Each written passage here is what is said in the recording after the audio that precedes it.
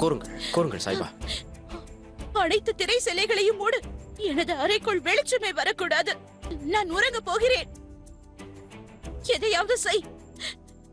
இந்த அறையில் வெளிச்சமே இருக்கக்கூடாது. பகலில் கூட வெளிச்சம் இருக்கக்கூடாது. ஆகட்டும் பேகம் சாய்பா.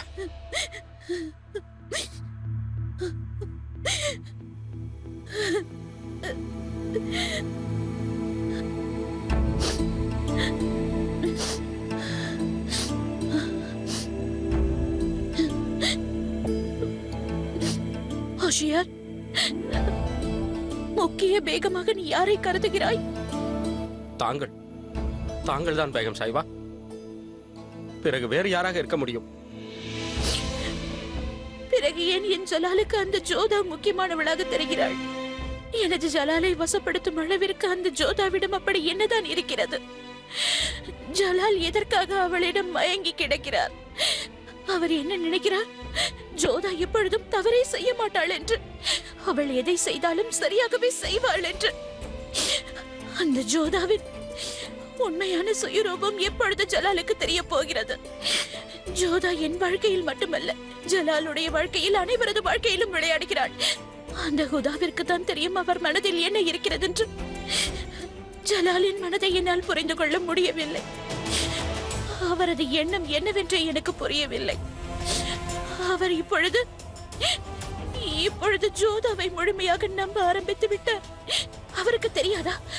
சிறிது நாட்களுக்கு முன்பு வரை ஜோதா ஜலாலை வெறுத்துக் கொண்டிருந்தார், மிகவும் வெறுத்தார். அதையெல்லாம் நினைத்துக் கொண்டு மனதை பாழாக்கிக் கொள்ளாதீர்கள். நிம்மதியாக படுத்து உறங்குங்கள். காலம் அனைத்தையும் சரியாக்கிவிடும். நீங்களாக ஜோதாவிற்கு முக்கியத்துவம் தந்து விடாதீர்கள். தங்களை போன்ற பாரம்பரிய முகலாயரிடம் அவர் எப்படி போட்டி போட முடியும்? இல்லை ஹோஷியார், எனக்கு கோபம் ஜோதா மீது அல்ல, ஜலால் மீதுதான் இருக்கிறது. அவர் எப்படி ஜோதாவின் மீது நம்பிக்கை வைக்கிறார்? நான் யார் என்று இப்போதே உனக்கு புரிய வைக்கின்றேன். என் இடத்தை பறித்துக் கொள்ளலாம் என்று நினைத்துக் கொண்டிருக்கிறாயா? அது நடக்காது. இது என்ன சத்தம் ஹோஷியார்? யார் இவ்வாறு கத்துவது? அவர்களுக்கு தெரியாதா எங்கு விசேஷ பேகம் ஓய்வெடுத்துக் கொண்டிருக்கிறார் என்று? அமைதியாக இருங்கள் பேகம் சாய்பா. நான் சென்று பார்த்து வருகிறேன். ஆம், செல். சென்று கூறு, மறுபடியும் இந்த சத்தம் வந்தால் கோட்டையிலிருந்து தூக்கி எறிந்து விடுவேன் என்று. பதில் கிடைத்ததா உனக்கு? இது எவ்வாறு இருக்கிறது? உனக்கு என்ன தைரியம் என் மீது கை வைத்திருக்கிறாய்? இங்கே என்ன நடக்கிறது? முதலில் உங்கள் சண்டையை நிறுத்துங்கள். ருக்கையா பேகம் ஓய்வெடுக்க நினைக்கிறார். அனாவசியமாக ருக்கையா பேகத்தின் கோபத்திற்கு ஆளாகாதீர்கள். நான் கூறினால் கேட்க மாட்டீர்கள் முட்டாள்களே. ருக்கையா பேகமே வந்து உங்கள் கால்களை உடைத்தால் தான் உங்களுக்கு புத்தி வரும். ஹோஷியார், நீ அவர்களிடம் சத்தம் போடாதே என்று கூறினாயா? ஆமாம் உசூர். தாசிகளுக்கு பைத்தியம் பிடித்து விட்டது. ரத்தம் வரும் வரை அடித்துக் கொள்கிறார்கள். என் பேச்சை கேட்க மறுக்கிறார்கள். எந்த தைரியத்தில் இப்படி சண்டையிட்டுக் கொள்கிறார்களோ தெரியவில்லை. நீ கூறவில்லையா நான் ஓய்வெடுத்துக் கொண்டிருக்கிறேன் என்று? உசூர், கூறினேன். ஆனால் அவர்கள் கேட்கவில்லை. கேட்கவில்லையா? நான் கூறினேன் என்று சொன்ன பிறகும் அவர்கள் அமைதியாகவில்லையா?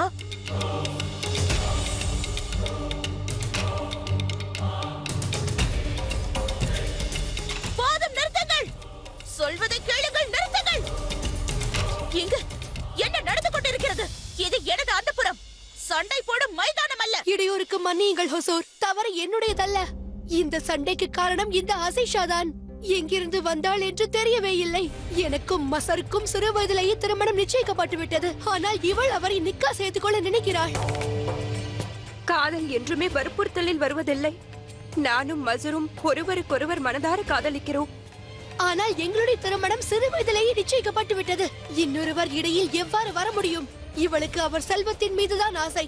செல்வத்தின் மீது எனக்கு ஆசை இல்லை, இவளுக்கு தான். இவள் அவரது பொருளின் மீது உரிமை கொண்டாட நினைக்கிறாள். ஆனால் அவருக்கும் எனக்கும் நிச்சயம் செய்து விட்டார்கள் ஹொசூர். ஆனால் இந்த திருமணம் நிச்சயிக்கும் போது மசருக்கு மிகவும் சிறு வயது. அவருடைய பெற்றோர்கள் தான் முடிவு செய்துள்ளார்கள். ஆனால் இப்போது அவர் என்னை காதலிக்கிறார். நான் கேட்பதற்கு பதில் கூறு. முதலில் உனக்கு தான் மசருடன் நிச்சயமானதா? மசருடன் இவளுக்கு தான் திருமணம் நிச்சயிக்கப்பட்டிருக்கிறது. நீதான் இடையில் வந்து தவறு செய்கிறாய். இவள் அவரை காதலிக்கவே இல்லை. அவர் சொத்தில் பங்குதான் இவளுக்கு தேவை.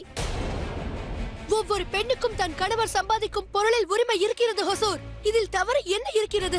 ஹுசூர், எங்கள் காதல் உண்மையானது. இல்லை, ருக்சானா கூறுவதுதான் உண்மை. அவள் மசரின் பால்ய சிநேகிதி. அவர்களுக்குத்தான் திருமணம் நிச்சயிக்கப்பட்டிருக்கிறது. நீதான் இடையில் வந்து தவறு செய்கிறாய். அவரும் என்னை உண்மையாக காதலிக்கிறார். காதலா? காதல் என்பது வெறும் சாக்குதான். நட்புதான் எப்பொழுதும் உயர்ந்தது. நான் இதற்கு ஒரு முடிவை எடுத்து விட்டேன். மசர் கானின் நிக்கா ருக்சானாவுடன் தான் நடக்க வேண்டும். ஜோதா பேகம், தாங்கள் தான் ஏதாவது செய்ய வேண்டும். தங்களால் தான் எங்கள் காதலை புரிந்து கொள்ள முடியும். தங்களுக்கு காதலை பற்றி தெரியும் அல்லவா? ஏதாவது செய்யுங்கள் ஜோதா பேகம். எங்கள் காதலை சேர்த்து வையுங்கள் ஜோதா பேகம். ஏதாவது செய்யுங்கள் ஜோதா பேகம். யார் காலை பிடித்தும் பிரயோஜனமில்லை. இது என்னுடைய அந்தப்புறம். இங்கு நான் தான் முடிவெடுக்க வேண்டும். இடையூறுக்கு மன்னிக்க வேண்டும் ஹுசூர். என்னால் தங்களின் இந்த முடிவை ஏற்றுக்கொள்ள முடியாது.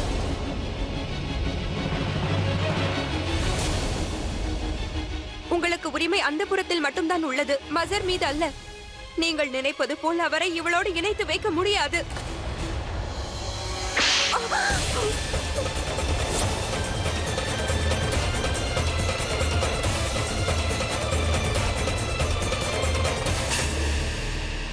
உனக்கு பதில் கிடைத்து விட்டதா? அரைந்ததோடு நிறுத்திக் கொண்டேன் என்று மகிழ்ச்சி அடைந்து கொள். உனது கை காலை உடைத்து முடமாக்கி இருப்பேன். என்னையே எதிர்த்து பேசுகிறாயா? என்னுடன் வாக்குவாதம் செய்கிறாயா? இந்த அந்தப்புறம் என்னுடையது என்பதை நீ மறந்து விட்டாயா? அது மட்டுமல்ல, இங்கு என்னுடைய சட்டம் தான் பலிக்கும். என்னை மன்னியுங்கள் ருக்கையா பேகம். இவள் கூறுவது முற்றிலும் உண்மை.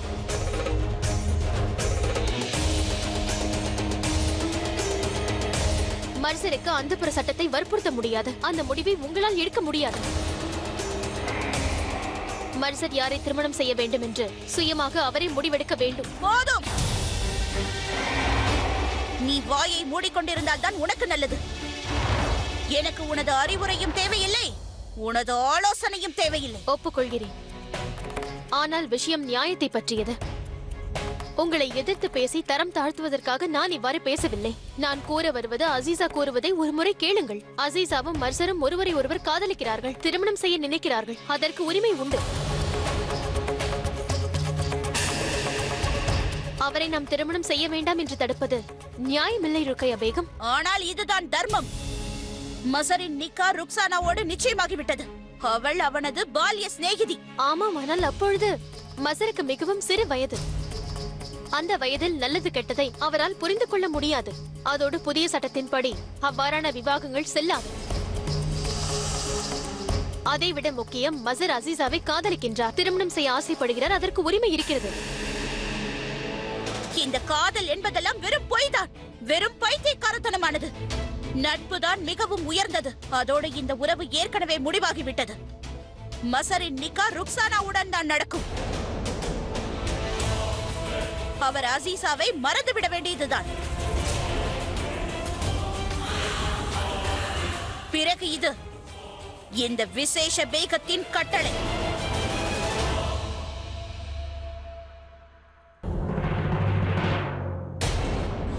ஒன்றை தெரிந்து கொள் ஜோதா பேகம், இந்த 2 அடிமைகளும் என்னுடையவர்கள். இந்த அந்தப்புறத்தின் சட்டத்திற்கு உட்பட்டவர்கள். ஆகையால் இவர்களது தலையெழுத்தின் முடிவை நான் தான் எடுப்பேன்.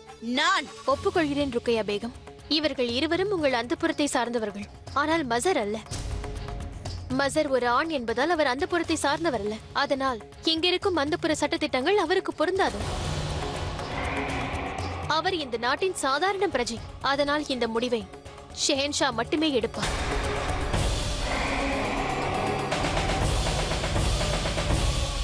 நான் எடுக்கும் முடிவில் நீ தலையிடாதே ஜோதா பேகம். இல்லை ருக்கையா பேகம். யாருக்கு அதிகாரம் உள்ளதோ அவர்தான் இந்த முடிவை எடுக்க வேண்டும். அதைத்தான் நானும் விரும்புகிறேன். இந்த அந்தப்புறம் என்னுடையது ஜோதா பேகம். அதனால் முடிவெடுக்கும் அதிகாரம் எனக்குத்தான் இங்கு இருக்கிறது. மன்னித்து விடுங்கள் பேகம் ருக்கையா. இந்த பிரச்சனை ஷெஹன்ஷாவின் கட்டுப்பாட்டுக்குள் தான் வரும். மசர் யாரை நிக்கா செய்து கொள்ள வேண்டும் என்ற முடிவை ஷெஹன்ஷாவால் மட்டும்தான் எடுக்க முடியும். மகாமங்கா, தாங்களும் இந்த ஜோதாவின் பக்கமே பேசுகிறீர்களா?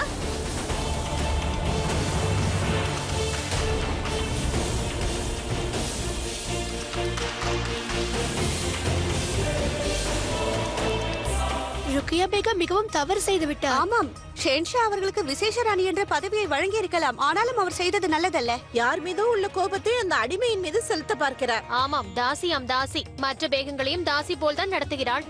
என்றாவது பேகங்களை அவள் பேகமாக நடத்தி இருக்கிறாளா கூறுங்கள். ஹத்தீசாவுக்கு நடந்தது நியாயமல்ல. ஆம், அவள் எந்த தவறும் இழைக்கவில்லை. ருக்சானா மிகவும் பேராசை கொண்டவள் ஆயிற்றே. ஜோதா பேகத்தை பாராட்டிதான் ஆக வேண்டும். ருக்கையா பேகத்தை எதிர்த்து யாராவது பேசி இருக்கிறார்களா? நீங்களே கூறுங்கள். நல்லதை கூறிவிட்டால் மட்டும் ருக்கையா கேட்டு விடுவாளா? ஜோதா பேகத்திற்கும் ருக்கியா பேகத்திற்கும் சண்டை மூண்டு விட்டது. ஹுசூர், இன்று அந்த புறத்தில் பெரிய பிரச்சனையாகிவிட்டது. அதன் காரணமாக சில பேகங்கள் தங்களை சந்திக்க அனுமதி கோருகிறார்கள். நான் அந்தப்புற விவகாரத்தில் தலையிடுவதில்லை. அதெல்லாம் ருக்கையாவின் கட்டுப்பாட்டில் இருக்கிறது. ஏதாவது பிரச்சனை என்றால் ருக்கையா பேகத்திடம் தெரிவியுங்கள். ஆனால் உசூர், இந்த பிரச்சனையே ருக்கையா பேகத்தை பற்றியதுதான். முழு விவரமும் தெரியவில்லை. ஆனால் வந்திருப்பவர்கள் மிகவும் பதட்டமாக இருக்கிறார்கள். இது போன்ற சிறு விஷயங்களை நான் பார்ப்பேனா, இல்லை ராஜாங்க விஷயத்தை நான் பார்ப்பேனா? இங்கிருந்து செல்.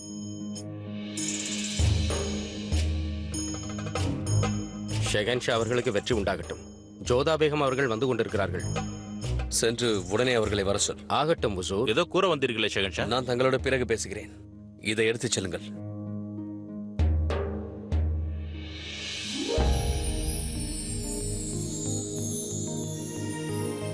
கூறுங்கள், என்னிடம் ஏதாவது புகார் செய்ய வந்தீர்களா? இல்லை ஷென்ஷா, நான் விண்ணப்பிக்க வந்திருக்கிறேன். நீங்கள் ராஜ்ய விவகாரங்களில் ஈடுபட்டிருக்கிறீர்கள் என்று அறிவேன். அரசு பணிகள், நிர்வாகம் என்று பல வேலைகளில் நீங்கள் மூழ்கி இருப்பீர்கள். நிச்சயமாக ஜோதா பேகம். நாட்டு மக்கள் அமைதியாக நிம்மதியாக இருக்கிறார்களா என்று கவனிப்பது என்னுடைய கடமை. எனது நாட்டு மக்கள் மகிழ்ச்சியாக இல்லை என்றால் நான் ஷெகன்ஷாவாக இருக்க எனக்கு தகுதி இல்லை. என்னுடைய கேள்வியும் அதுதான். நீங்கள் பிரஜைகளாக பாவிப்பது யார்? கோட்டையை விட்டு வெளியில் இருக்கும் மக்களை மட்டுமா? இந்த கோட்டையை சார்ந்தவர்கள் உங்கள் பிரஜைகள் இல்லையா? அந்த புறம் என்பது உங்கள் கடமைக்கு அப்பாற்பட்டதா ஷென்ஷா? ஓ, நீங்கள் கூற வந்தது அந்தப்புற விஷயத்தை பற்றியா? ஜோதா பேகம்,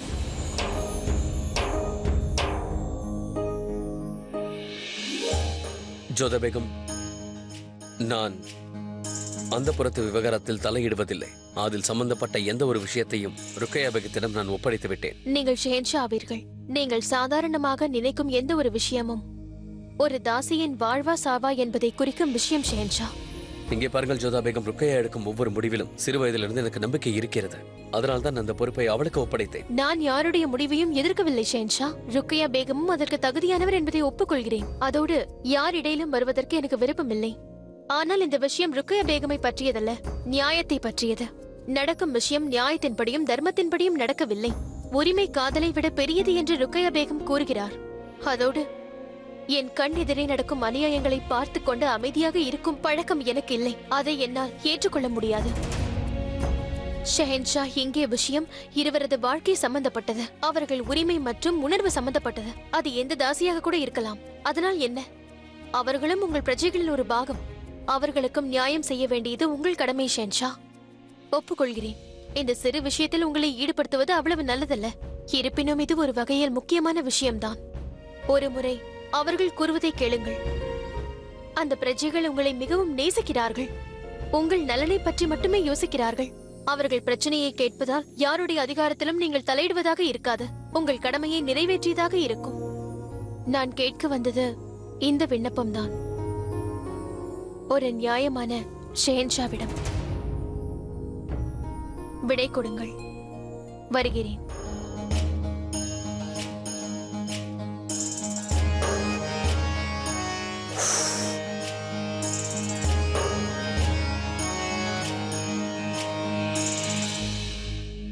யுத்தத்தில் நாம் வென்றுவிட்டோம். இனி மேவாத் ராஜ்யத்தில் நம் அதிகாரத்தை காட்ட வேண்டும். அவர்களது கோட்டையில் நம்முடைய கொடி பறக்க வேண்டும். ஜலாலுதீனுக்கு இது நல்ல பாடமாக அமைய வேண்டும். நமது ராஜபுத்திரர்கள் யாவரும் சளைத்தவர்கள் அல்ல. என்னை பொறுத்தவரை அது மட்டும் பத்தாது. முகலாயர்கள் அமைதியாக இருப்பவர்கள் அல்ல, எதிர்ப்பார்கள். மீண்டும் மேவாதை எப்படியாவது கைப்பற்ற நினைப்பார்கள். நாம் அதற்கும் தயாராக இருக்க வேண்டும். சுஜாமல் அவர்களே, இறந்து போன முகலாய வீரர்களை நாம் என்ன செய்ய வேண்டும்? அதில் ஜலாலுக்கு நெருங்கியவர்களும் உள்ளார்கள். இருந்தால் இருக்கட்டும், அவைகளை காட்டில் விசிறி விடுவோம். காகங்களுக்கும் நரிகளுக்கும் அவை உணவாகட்டும். வேண்டாம். அவர்கள் நம் எதிரியாக இருக்கலாம், ஆனால் யுத்தத்தில் வீர மரணம் அடைந்தவர்கள். தன்னுடைய அரசனிற்காக யுத்தத்தில் உயிரை இழந்தார்கள். அவைகளை தக்க மரியாதையுடன் ஆக்ராவிற்கு அனுப்பிவிடுங்கள். அற்புதம் சுஜாமல் அவர்களே, தாங்கள் ராஜபுத்திர கலாச்சாரத்திற்கு ஏற்றபடி உரைத்தீர்கள். ஆனால் தங்கள் சித்தப்பா அங்கு ராஜபுத்திர கௌரவத்தை மண்ணோடு புதைத்து விட்டார். தனது மகள் ஜோதாவை முகலாய வம்சத்திற்கு கொடுத்து விட்டார். ராஜபுத்திர வம்சத்தில் பிறந்துவிட்டு யுத்தத்திற்கு பயந்து விட்டார். அவமானம். அவருடைய ரத்தமும் பாவம் படிந்தவையாகிவிட்டது. தொடை நடுங்கி என்று நிரூபித்து விட்டார். ஆனால் ராஜகுமாரி ஜோதாவாவது அவ்வாறு செய்யாமல் இருந்திருக்கலாம். தற்கொலை செய்து கொண்டிருக்கலாம். முகலாயரை திருமணம் செய்து கொள்வதற்கு முன்பாக அவருடைய தனம் பாக்கியங்களை கண்டு அவருக்கு கண்கள் மலங்கி போய்விட்டது. ஷெகன்ஷாவிற்கு வேகமாக மாட்டேன் என்று அவரால் கூற முடியவில்லையோ? போதும். சித்தப்பா பயந்தார் என்று நான் ஒப்புக்கொள்கிறேன். ராஜபுத்திரர்களுக்கு இழுக்கை சேர்த்து விட்டார். ஆனால் ஜோதாவை தவறாக கூறினால் என்னால் ஒப்புக்கொள்ள முடியாது. அவர் தைரியத்துடன் நடந்திருக்கிறார். வீரத்தை வெளிப்படுத்தினார். ராஜ்யத்திற்காகவும் மக்களின் நன்மைக்காகவும் தன்னையே பலியாக்கினார். ஜோதாவை பற்றி இன்னொரு வார்த்தை நீங்கள் உரைத்தால் வாயிலிருந்து வார்த்தை வரும் முன்பு உங்களுடைய தலை உடம்பிலிருந்து பறந்துவிடும். என்னை மன்னித்து விடுங்கள் சுஜாமல் அவர்களே. உங்கள் தங்கை ஜோதாவை அவமானப்படுத்த வேண்டும் என்பது என்னுடைய எண்ணம் அல்ல. அடுத்த முறை உனக்கு மன்னிப்பு கிடைக்க வாய்ப்பு இருக்காது. எதையும் பேசுவதற்கு முன்பு நன்கு ஆலோசித்து பேச வேண்டும். ஜாக்கிரதை. புரிந்துகொள்.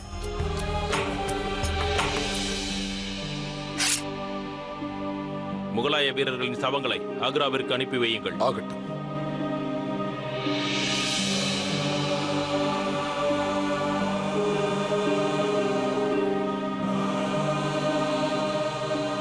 என்ன யோசிக்கிறீர்கள் சுஜாமல்?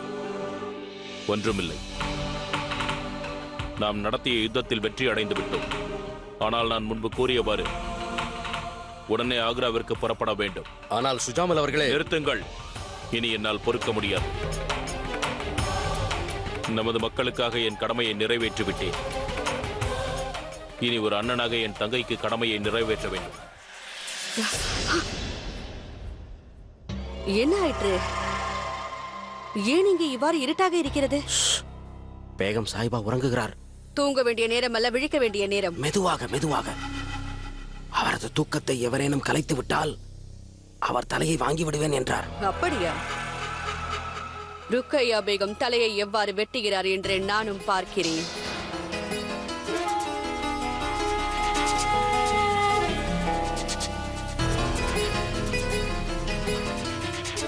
விழித்துக் கொள்ளுங்கள் பேகம் ருக்கையா. ஜோதா பேகம் அந்தப்புரத்தின் ஆட்சியை கைப்பற்ற சென்று கொண்டிருக்கிறார்.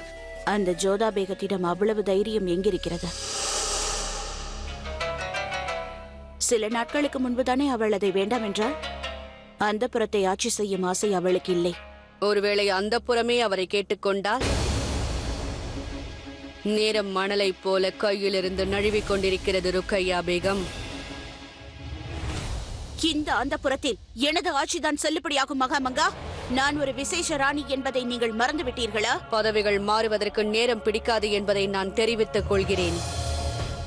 அந்தப்புரத்தின் ஆட்சி தங்கள் கைகளிலேயே இருக்க வேண்டும் என்று நான் விரும்புகிறேன். அப்பொழுதுதான் ஜோதாவின் கைப்பிடியில் ஜலால் செல்லாமல் இருப்பார்.